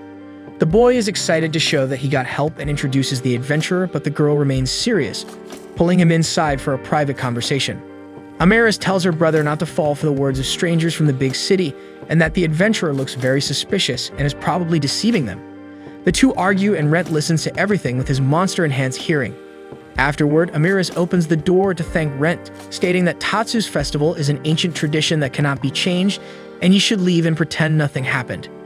However, Rentt refuses, stating that since he accepted a job from Reborn, only he can cancel it. The boy is relieved and makes it clear that he won't cancel his service. Realizing there's not much they can do, Amaris tells Rentt to stay in their house but not to disrupt the festival that will take place the next day because she will willingly serve as a sacrifice. Thus, Rentt spends the night at their house, telling Reborn that from what he observed, asking Amaris to escape wouldn't help. The boy, however, insists that even if it's dangerous, he will do anything to save his sister. The next morning, Rentt heads to the edge of the lake to explore the area better since the festival will only take place at night. He finds a merchant offering fruit to some children in exchange for them alerting their parents about him, as no one has bought anything from him for some time. Rentt approaches the children to ask a question, but they all get frightened by his appearance and run away. Being a small village, the merchant realizes that Rentt is a visitor and deduces he's there for the festival. He advises him to leave because it's not a good time for visitors, as the lake's master is quite irritable, which is why nobody is interested in buying goods. At this moment, Reborn calls Rentt for lunch, and he bids farewell to the man, who again recommends that he leave the village. Rentt finds it a bit suspicious and asks Reborn if he knows the merchant. The boy confirms and says that he frequents the village a lot and helps all the residents. Later, preparations for the festival begin, and the village women express sympathy for Amaris being chosen for sacrifice. One of them mentions that she thought Reborn would find a way for them to escape because he tried everything to convince the villagers to end the festival, showing he's desperate to save not only her but all the girls who will also end up being used as sacrifices. Amaris cries upon hearing this and then finishes getting ready alone. Rentt takes the opportunity to talk to her. Seeing him, Amaris asks the adventurer not to approach because the sacrifice should not have contact with anyone without a reason, and Rentt respects her decision. He talks to Amaris from a distance and promises that he and Reborn will find a way to fix things, so she must resist as much as possible. The girl says it's impossible because no human can match the Lake Master, but Rentt insists and asks her not to do anything that would make her brother sad since they only have each other. And so Rentt convinces Amaris to fight for her life just in time for the festival to begin. The villagers prepare everything to send the girl and a treasure as an offering to the lake where the master resides, and one of them apologizes to her, saying it's for the good of the village. Amaris acts normally and pretends to accept her fate, but Rentt and Reborn go with her to the lake. After some time in the water, a fog mysteriously arises, preventing the three from seeing around them. At this moment, a globe sent along with the girl starts glowing, and they see a light in the distance, understanding that the Lake Master has arrived. Suddenly, a giant kraken emerges, and Amaris begins to beg it to protect the village in exchange for her sacrifice. Rentt finds a way to stop the girl and throws his globe into the lake, saying it's just a simple lantern. Then the adventurer jumps into the lake and starts walking on the water, thanks to a magical item he received from the alchemist Lorraine. He then wields his sword, determined to reveal the master's identity. At that moment, the monster launches a fire attack, and Rentt observes that, as krakens are marine creatures, they do not have fire. So he advances toward the monster, confirming his theory that the kraken is nothing but an illusion. Next, Rentt sees a ship where he spots the wizard who conjured the illusion in the fog and fired the fire attack, as well as the merchant he met earlier, who tells the adventurer that he would have spared his life if he had listened to his advice and left. And so they all attack Rentt, but he bravely faces them. And when the two siblings pass through the fog, they find him near a completely destroyed ship. After saving Amaris' life, the three return to the village and tell the truth about the Lake Master to the villagers, who are surprised to discover that the whole story was a hoax. Amaris realizes that Rentt suspected the truth from the beginning, and he explains that monsters revered as masters do not rebel out of nowhere. Then one of the villagers questions the merchant about what they did with the other girls who served as sacrifices, and pressured by the frightening-looking adventurer, the man explains that they are all alive and that they intended to sell them for a high price in another country, and that they are being kept in a cabin on the other side of the lake. Immediately, the villagers start preparing to rescue the girls, and Rentt confirms with Reborn if he can consider the job done, and obviously the boy agrees. And so Rentt prepares to return to Malt, refusing to attend the festival that the villagers decided to redo, explaining to the siblings that he cannot stay longer because someone is waiting for him.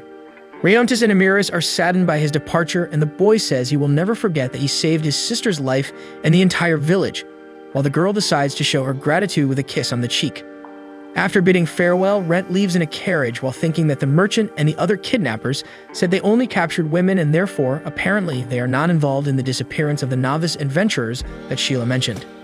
Arriving home, Rentt tells Lorraine that he managed to fulfill his mission and save Riemtis' sister's life, as well as all the other girls who were offered as sacrifices before her, and thanks the girl for the magical item she lent him, saying that it was very useful to walk on water.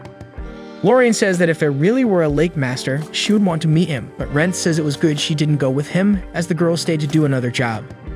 Then Lorraine comments that Rentt probably won the heart of the girl he saved, which makes him remember her gratitude. However, he says that surely soon the girl will forget about him because that's what always happens with adventurers. Sometime later, Rentt goes to the guild to check out the available jobs and notices one offering a bronze coin as payment, which is practically nothing, although some adventurers accept missions like that to help people. Just then, Sheila shows up and Rentt tells her he's not going back to the Labyrinth as he promised, but the girl explains that she came to help find a job. Rentt then comments on the mission with only a single bronze coin, and Sheila explains that adventurers are even considering accepting it, but the job, besides being practically free, is very difficult as it involves harvesting a dragon's blood flower, a type of plant that only grows near poisonous swamps. Sheila mentions liking the story about this flower, which says that a dragon fell in love with a woman and its blood turned into a bright red flower, and according to rumors, girls who receive this flower are loved forever. However, unlike her, Rentt finds the story somewhat macabre. She then explains that for this mission, the flower will be used for medicinal purposes, and the request came from the children of an orphanage who needed to save someone. And so Rentt decides to accept the job and goes to the orphanage, where he notices the place was falling apart and decides to use slime fluid to fix the door. After that, he knocks on the door and a girl from the orphanage named Liz answers and says that the director, Lillian, is not there at the moment. However, realizing that Rentt is an adventurer who accepted the guild's job, she explains that she thought he was a debt collector and invites him in. As soon as Rentt enters, the other children at the orphanage get excited to meet a real adventurer, and Liz warns them, reminding them that adventurers can be dangerous barbarians. However, shortly afterward, she feels embarrassed for saying that in front of Rentt and explains that she wasn't referring to him. But he understands her concern. After all, caution is important. He then tells the children that they shouldn't approach adults who look strange, and they all understand and move away from him. After that, Rentt explains to Elise that it can be dangerous to trust people too much, but it means that the children at the orphanage grew up happily.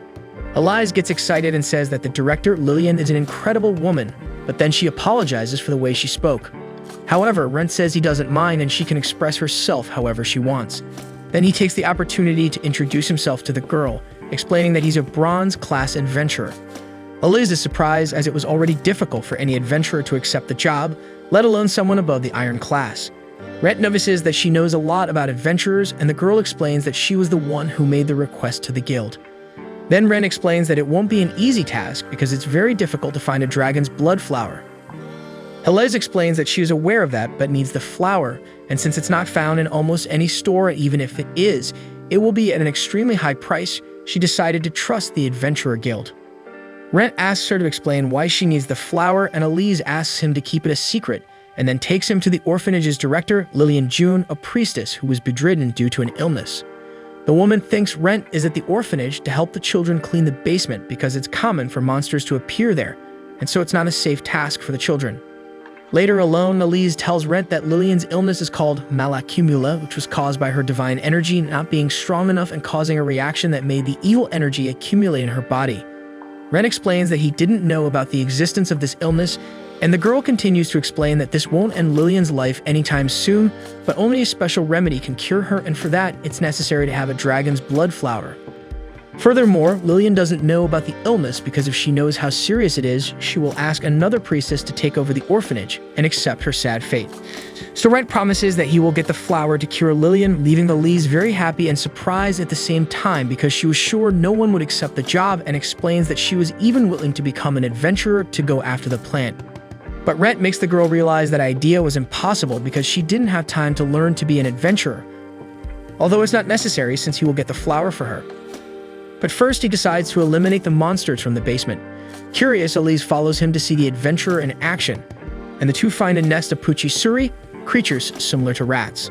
Their leader bites Rentt's arm, and by ingesting the gas blood, ends up becoming a familiar. And so, after cleaning the basement, Rentt returns to Lorraine's house with the black rat on his shoulder and shows her that he can control the animal. The girl remembers that vampires have the power to create and control familiars, realizing that she forgot to do this experiment with Rentt's blood. So he asks her if he can keep the rat, and Lorraine says that such a small animal won't change anything, but in return, he will have to give small samples of his blood and fur for her to do some tests, as well as an ecological study.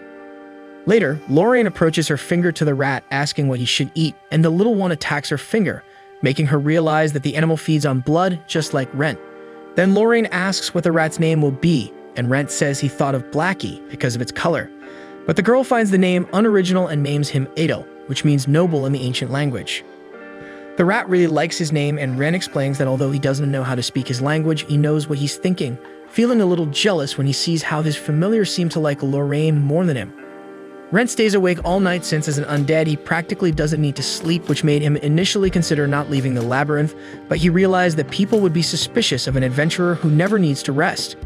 Rentt gets bored for not having anything to do during this time until Lorraine enters his room and tells him she made soup for breakfast. Rentt is surprised after all, despite knowing her, the girl never cooked. She explains that she did it so he could leave early with a full stomach since he was going to the Tarask Marsh, a dangerous place. Rentt asks how she knows where he's going, and Lorraine explains that it's the only marsh nearby where he can find the dragon's blood flower. Then she asks if Rentt plans to go there alone, showing concern for her friend. Lorraine says that adventurers of his class need a group to go to this marsh, but he explains that going alone means he doesn't have to worry about the place of poison, and that he doesn't intend to fight the Tarasks because he bought holy water at a roadside stall. Still, Lorraine remains worried because the holy water, despite repelling the Tarasks, isn't guaranteed to work. Later, Rentt decides to eat the food before it gets cold, and upon tasting it, is surprised by the flavor and comments that it's been a long time since he enjoyed a normal meal so much. Lorraine explains that she put a drop of her blood in the dish, which explains why he and Edel liked it so much. After eating, Rentt sets off the Tarask Marsh in a cart that takes him as close as possible to the location, and its owner explains that he'll return at night to pick him up. And so Rentt continues on foot with his familiar on his shoulder, who doesn't seem to mind the marsh's poison, although he can purify the animal with his divine energy if necessary. After a while, Rentt arrives at the Tarask Marsh, where there is a bridge to cross because since there are animals and plants found only there, the place is passable in a way that avoids people touching the poisonous water.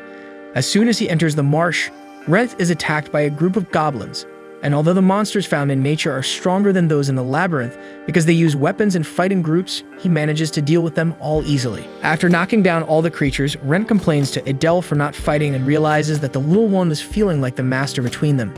Then he continues on his way thinking how useful it is to be an undead, for having resistance to poison, and thinks that he could stay that way forever as long as he can get a better appearance. Suddenly, the bridge collapses and Rentt falls into the water.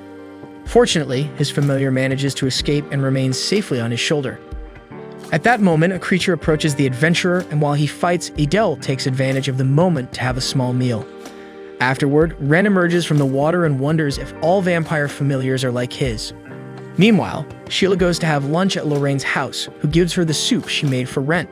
Just like him, Sheila also likes the dish but gets worried when she finds out there was a bit of blood in the meal. However, Lorraine clarifies that she only put it in his dish, leaving the girl relieved. Then, Sheila mentions that the guild already knows about what happened in Tatsu because they had to help transport the criminals, but the village residents refuse to say which adventurer helped them. Lorraine assumes that Rentt realized it was better to keep him a secret after all. Even though he came out as the hero of the Lake Master's story, it's not good to have his name involved in something involving kidnappings. Lorraine then comments that although Rentt acts unpredictably sometimes, he knows how to think things through. Sheila realizes that she knows Rentt well and deduces that she knows why it's so important for him to become a Mithril-class adventurer. But the girl explains that she doesn't know why because despite the time they've known each other, she knows that adventurers don't usually ask about each other's past and she doesn't want to seem intrusive. Sheila then asks if Lorraine isn't worried about Rentt's current mission, since he may have to face a Tarask, but the girl explains that she's calm about it because she knows the guild is very strict and only approves adventurers to do jobs they are capable of completing. Also, even if something happens, an adventurer always figures it out. Back in the marsh, Rentt flees from a huge Tarask chasing him because his holy water had no effect, which was to be expected due to its low price. Rentt runs until he reaches a dead end, which forces him to fight the monster. He faces the creature and realizes that its poison has no effect on him, but unfortunately, his mana also proves to be useless in that situation. Then Rentt tries to make another strike, but only scratches the monster. Suddenly, Adele jumps off his shoulder and goes toward the Tarax, using the divine energy he absorbed from his master to attack the creature. However, the little one ends up falling into the monster's mouth. Rentt gets worried about his familiar, but realizes that the divine energy caused damage to the enemy. Later, Egel flies out of its mouth, and Rentt picks up the rat, and after making sure he's okay, asks him never to use his divine energy without permission again. However, thanks to Edel, Rentt realizes the Tarax's weakness. He dodges all the monster's attacks and attacks its neck with his divine energy, successfully eliminating the enemy. And so, Rentt uses his magic bag to store the Tarax's body, which can fetch a good price because it's too big to collect the necessary parts in the marsh. Then he continues his way while reflecting that he's an unlucky adventurer, and that's why he was sure he'd have to face a Tarax and is grateful to have his familiar, who showed him what to do. Further ahead, Rentt finds a patch of dragon's blood flowers, which are purifying the surrounding area thanks to their power. So he decides to collect several flowers since it's better than having to go back there later. However, at that moment, Rentt senses the presence of another guide, which puts him on alert. Approaching Rentt, the unknown man appears surprised that someone is lurking around, but as the skeleton remains on high alert, the stranger tries to calm him down by saying he's alone. Rentt argues that it's not common for someone normal to walk alone through the Tarask swamp, and the stranger asks if that means Rentt himself is not normal, following this reasoning. He then explains that he has holy water that neutralizes the surrounding poison, along with a very precise map of the area. Like Rentt, he is also in search of dragon's blood flowers, so he would like to know if it's possible to harvest some. Obviously, the ghoul does not object, but begins to realize that neither of them is actually a normal being. As the stranger only picks one flower, Rentt asks the reason for this, and he explains that his mistress only asked for the flower itself because they can be preserved for a long time when turned into medicine, but they don't last long when just flowers. And since his mistress is sick, in a way, he wants to be by her side and do what he can to help. Even though he didn't find much, Rentt wishes the stranger's mistress a speedy recovery, and he sincerely thanks him, mentioning that their encounter turned out to be of great value to his mistress since they need an adventurer who can collect dragon's blood flowers frequently. Rentt Vivi introduces himself as a bronze-class adventurer, which might affect the man's perception of him, considering it's not a very prestigious level. However, he always seemed confident in Rentt's abilities, so if the adventurer accepts the payment conditions, the job is his.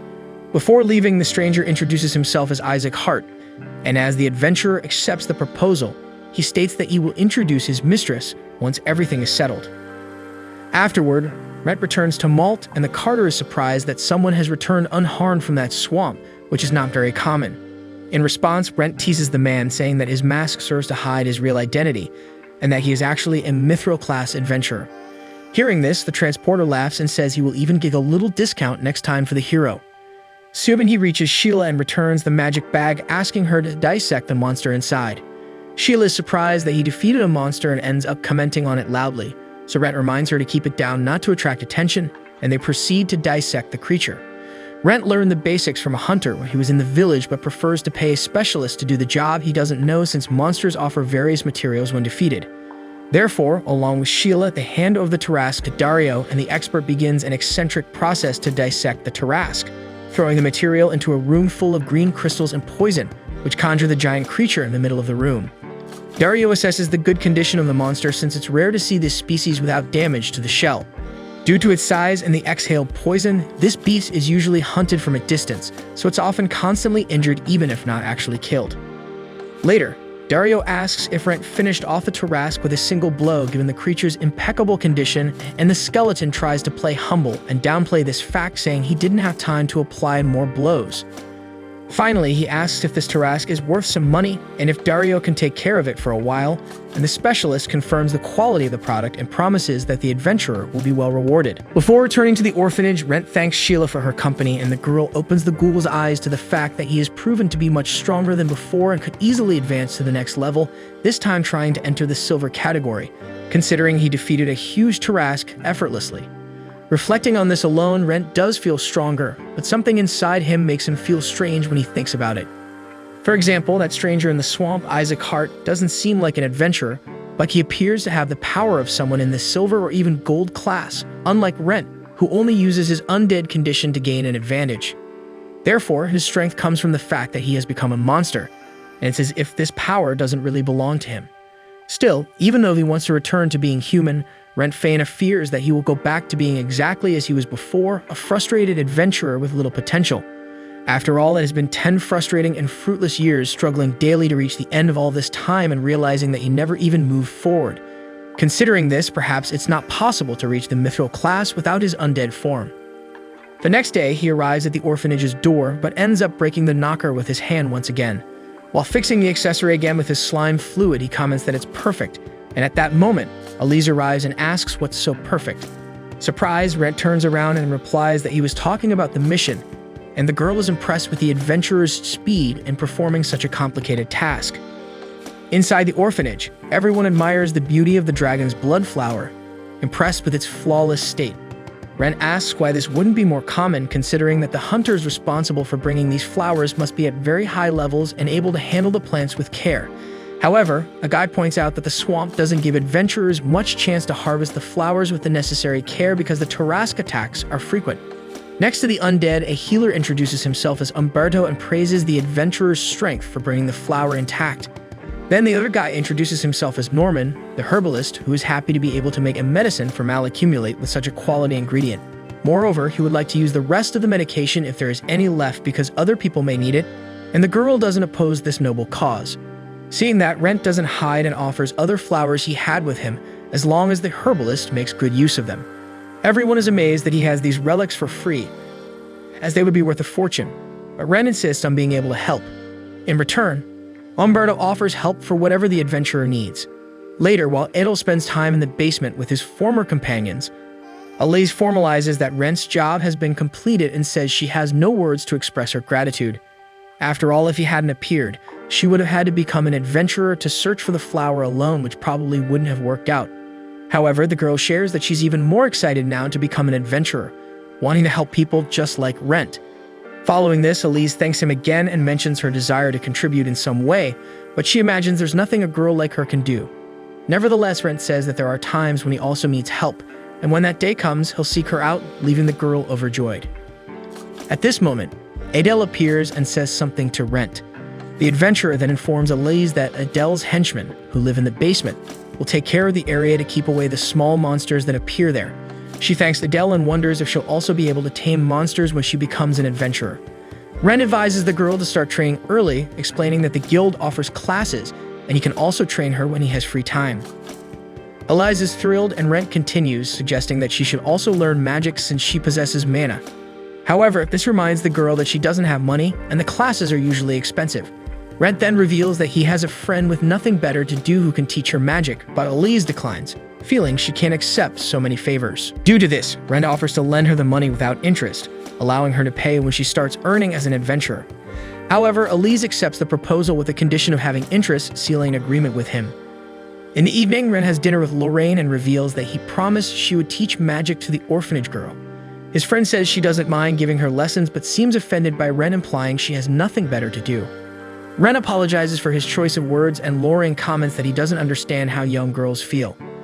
He responds that it's because he has very few interactions with young ladies, which only irritates the girl further considering Rentt has interacted with her.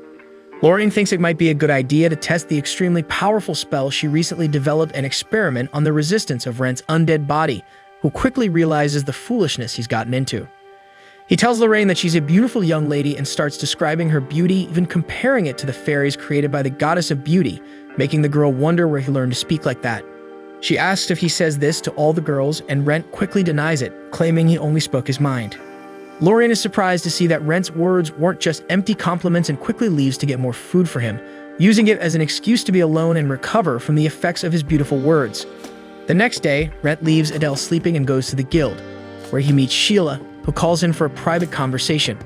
She asks if Rentt knows anyone from the Latour family and explains that they specifically requested a job from him, handing him the request. Rentt realizes it's Isaac, whom he presumes to be a family employee, and asks if they are that famous, as he thought he knew everything about malt. Sheila explains that the Latours are not nobles, but have a lot of influence. Although she doesn't know much due to her position, she's aware that the guild master of each generation is always instructed to be very careful not to offend the family. She then explains that due to the importance of the Latours, Rentt cannot refuse their request. However, he states that he has no intention of refusing, which worries Sheila. Rentt understands that the reason is that if they find out he is a monster, they will kill him. However, he explains to Sheila that when he met Isaac, he didn't seem to care about his appearance, so if it were a problem, he wouldn't have given him the job. Sheila is relieved to hear this but asks Rentt to inform her if there are any issues. Meanwhile, at the orphanage, Umberto and Norman inform the director, Lillian, that her illness is malakunula. The priestess says she will ask the church to send a replacement for the orphanage, but they say it won't be necessary and hand her the medicine made from the dragon's blood flower. Lillian is surprised and says she can't accept something so expensive, but Elise reassures her, telling her not to worry about money and urging her to get well soon. Lillian then asks if Umberto obtained the flower, but he explains that despite being an adventurer, he could never get something like that. Norman explains that an adventurer accepted Eliza's job for only a bronze coin. Back to Rentt, he goes to the Latour family mansion, and at the entrance, he meets the guard who allows him to see Isaac. Rentt comments about seeing a maze on the way and asks if it's necessary to go through it, even though he came for work. The guard confirms and asks him to be careful. Understanding that he has no choice, Rentt asks if he needs a map, but the man explains that it wouldn't make sense because the labyrinth's path changes. It was made with one of the special magical items from the Latour collection. Rentt finds it incredible that the family has something like that but isn't happy about wasting time on their hobby. However, the adventurer changes his mind when he learns there's a reward. The guard explains that they grant a magical item from the collection to whoever manages to traverse the labyrinth, which is only open on a whim of the family head. Rentt thanks the guard for all the information and asks if he has any advice, thinking the man has already crossed the labyrinth. However, the guard just says the sun won't help, leaving Rentt a bit confused. Nonetheless, he thanks for the advice and heads to the labyrinth, determined to complete the challenge to get the magical item, something that isn't usually cheap and will undoubtedly be useful for him to become a mithril-class adventurer. And so, after Rentt explores the labyrinth a bit, he checks his magical map but realizes that the item doesn't consider that location a labyrinth. However, Rentt thinks it won't be a problem since he has a good sense of direction. However, sometime later, the adventurer realizes he's lost in the middle of a labyrinth. Next week, we'll have more of this anime as soon as the new episode is released, so go ahead and subscribe to the channel, and don't forget to hit the like button below to support this video. See you guys.